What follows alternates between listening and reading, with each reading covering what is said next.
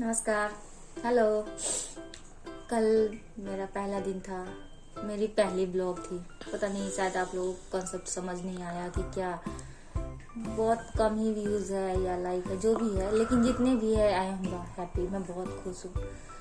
हाँ, तो मैं एक अपना तो शो का नाम जो मैंने आपको बताया ही है कि क्या है मेरा मोटिवेशन, क्या है मेरा, ये है सिर्फ एक कि मैं एक किसी के प्रॉब्लम के सॉल्यूशन का अगर उसके प्रॉब्लम का सॉल्यूशन कर सकूं तो बहुत बढ़िया बात होगी। किसी के लाइफ में जो भी प्रॉब्लम चल रही है उसमें कुछ भी 0% भी अगर हेल्प कर देती हूँ तो बहुत बड़ी बात होती है। इसलिए मेरे इस ब्लॉग का मैंने अपने इस जो जर्नी है उसकी शुरुआत ही मैंने यही करी है कि लाइफ के फंदे। लाइफ के फंदे का मतलब ये होता है छोटी छोटी जो गांठें होती है, यही लाइफ को बड़ी स्ट्रेसफुल बनाती है। तो मैंने कल ये बोला था, आपसे ये पूछा था कि आप लोग मुझे बताओ कि क्या औरत ज्यादा परेशान रहती है या मर्द। तो बेसिकली हर समय यही सोचा जाता है कि औरत ज्यादा परेशानी में है मर्द, लेकिन ऐसा नहीं है। सर्वे के हिसाब से ज्यादातर डेथ मर्दों की पहले होती है, औरत की आयु लंबी होती है। क्यों?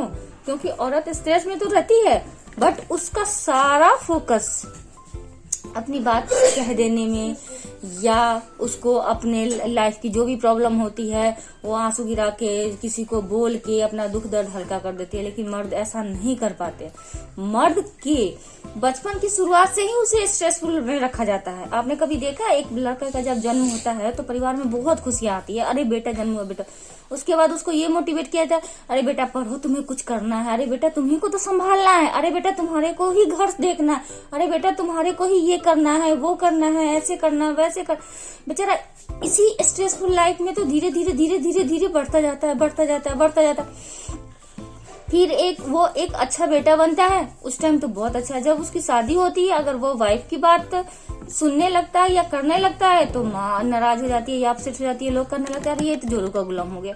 अगर बीवी की बात नहीं सुनता है तो बीवी बोलती है अरे ये तो माँ की सुनता है, मेरी तो सुनता ही नहीं, फिर शादी क्यों किया।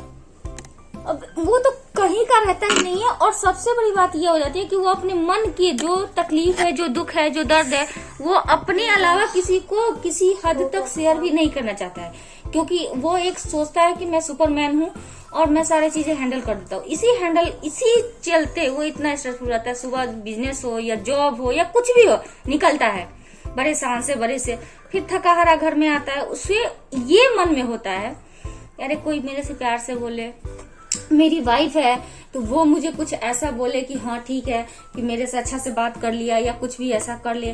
चाहे माँ है, माँ को कुछ बोले कि हाँ माँ भी अच्छे से बात करे। लेकिन नहीं, उसके लाइफ में इतनी आसानी से इतनी बढ़िया चीज नहीं होती। घर में आते ही वाइफ वही ऐसे हो गया, वैसे हो गया, ये हो गया, वो हो गया। माँ अलग ही परेशान रहती है, अरे तो तुम्हारी बीवी ने ऐसे बोल दिया, वैसे बोल दिया। बेचारा क्या करे, थका हारा बंदा अगर कहीं कुछ बोलता है या बाहर थोड़ा टाइम स्पेंड करता है या किसी से बातें करता है तो बीवी परेशान हो जाती है। कम से कम उस आदमी के मनोदशा को तो आप समझो कि वो क्यों इतना, कैसे, क्यों ऐसे, अगर भटक ही रहा है वो तो क्यों भटक रहा है। आप आपस में अंडरस्टैंडिंग तो रखो यार।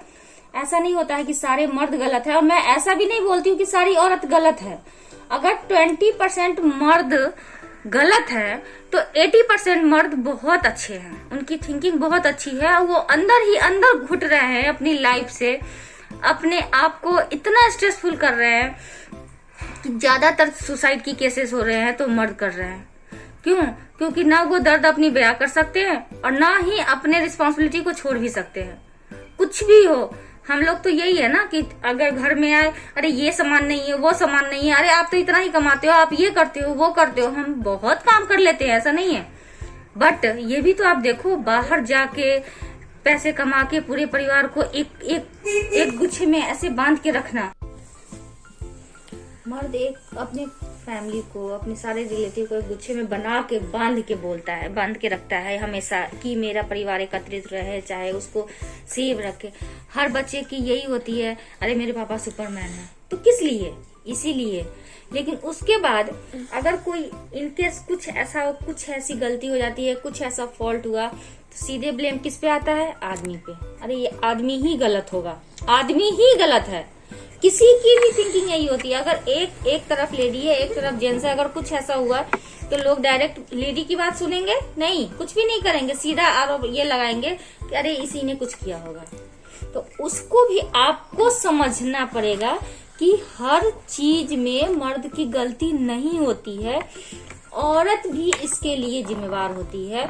मैं औरत को गलत नहीं बोल रही हूँ, मैं भी औरत हूँ, मैं औरत को गलत नहीं बोल रही हूँ, मैं औरत को सिर्फ एक ये बता रही हूँ, या मैं भी खुद औरत हूँ, मैं औरत को गलत सारा मोटिवेशन ये नहीं दे रही हूँ कि औरत गलत है मर्द ही सही है, नहीं।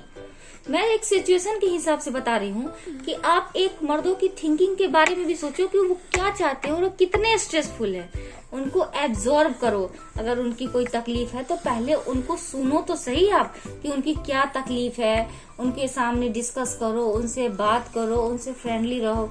इवन अगर वो अपनी वाइफ को अगर कुछ ऐसा बोल रहे हैं, कुछ ऐसी उनसे उसको सपोर्ट कर रहे हैं, तो हर माँ को ये चाहिए कि ठीक है, अगर मेरा लायक बेटा है तो लायक बेटा लायक पति भी है, क्योंकि उसको तो वो भी रिस्पॉन्सिबिलिटी देखनी है ना। और अगर बीवी को ये लगे कि मेरा हस्बैंड मुझे नहीं देख के माँ को देख रहा है, तो उस माँ ने तो उसे पैदा भी किया है यार, ये भी तो आप देखो। आप अपने मायके में जा रहे हो तो ये एक्सपेक्ट कर रहे हो कि मेरा भाई मेरी माँ को, मुझे, सबको सम्मान दे, लेकिन अपने ससुराल में आके आप अपने पति से ये एक्सपेक्ट कर रहे हो या उसको दबाव दे रहे हो कि माँ को मत पूछो, बहन को मत पूछो, क्योंकि वो सास हो गई और वो ननद हो गई या देवर हो गया या कुछ भी हो गया। अब ये चीज जो उनपे इतना आप बोझ लाद रहे हो, वो बेचारा कैसे क्या हैंडल करेगा। अगर बीवी की सुनता है तो माँ की तरफ जाता है, माँ दुखी होती है, माँ को देखता है तो बीवी की तरफ देता है। क्या आप ऐसा नहीं कर सकते हो कि अपने हस्बैंड को ये सारे स्ट्रेस से ही दूर करो? जैसे आप घर को संभाल रहे हो, वैसे सबसे बड़ी जो प्रॉब्लम ये आ रही है मर्दों के बीच में, हम जितना भी मैंने ये एब्जॉर्ब किया है, तो उनको फैमिली के रिलेटेड प्रॉब्लम होती है कि बीवी खुश नहीं है या माँ खुश नहीं है, कैसे करो।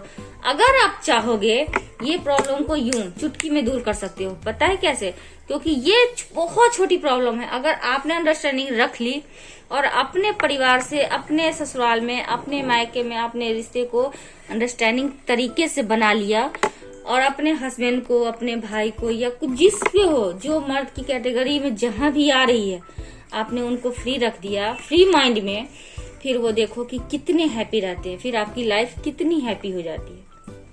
आई थॉट कि मेरी बात शायद आप लोग समझने की कोशिश करोगे कि मैं क्या बोलना चाह रही हूँ। मैं ये बोलना चाह रही हूँ, इन शॉर्ट सबका निचोड़ सिर्फ ये है कि मैं आपके लाइफ में जो कुछ प्रॉब्लम हो रही है, कि आपने ये बोला है, कुछ भी है, सारा इन शॉर्ट यही है कि आपकी फैमिली में जो भी प्रॉब्लम हो रही है वो आप लेडीज डिपार्टमेंट मिलके ही सॉल्व कर लो ना, और अपने हस्बैंड को साइड रखो और उनको अपना काम करने दो।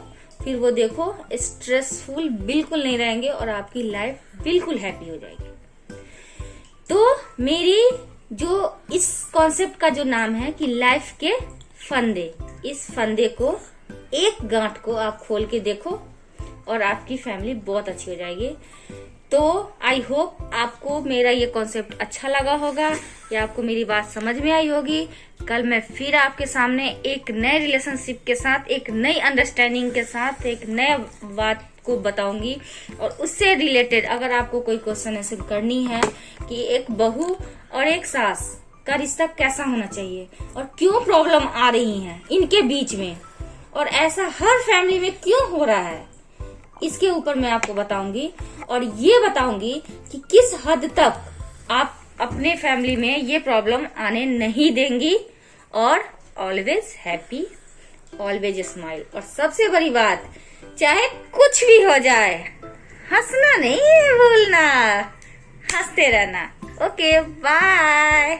और हाँ, अरे मेन बात, अगर आपको मैं या मेरी बातें अच्छी लगी, 2 मिनट के लिए आपके चेहरे पे मुस्कान आई है, तो मेरी इस वीडियो को लाइक करें, कमेंट करें, सब्सक्राइब करें, शेयर करें अपने दोस्तों के बीच, परिवार के बीच, फैमिली के बीच, और अपने लाइफ में भी मेरी बातों से इंस्पायर होके कुछ अच्छे करने की कोशिश करो और लाइफ को हैप्पी बनाओ। क्योंकि यार स्ट्रेस तो बहुत है, बट इसको छू मंतर कर दो।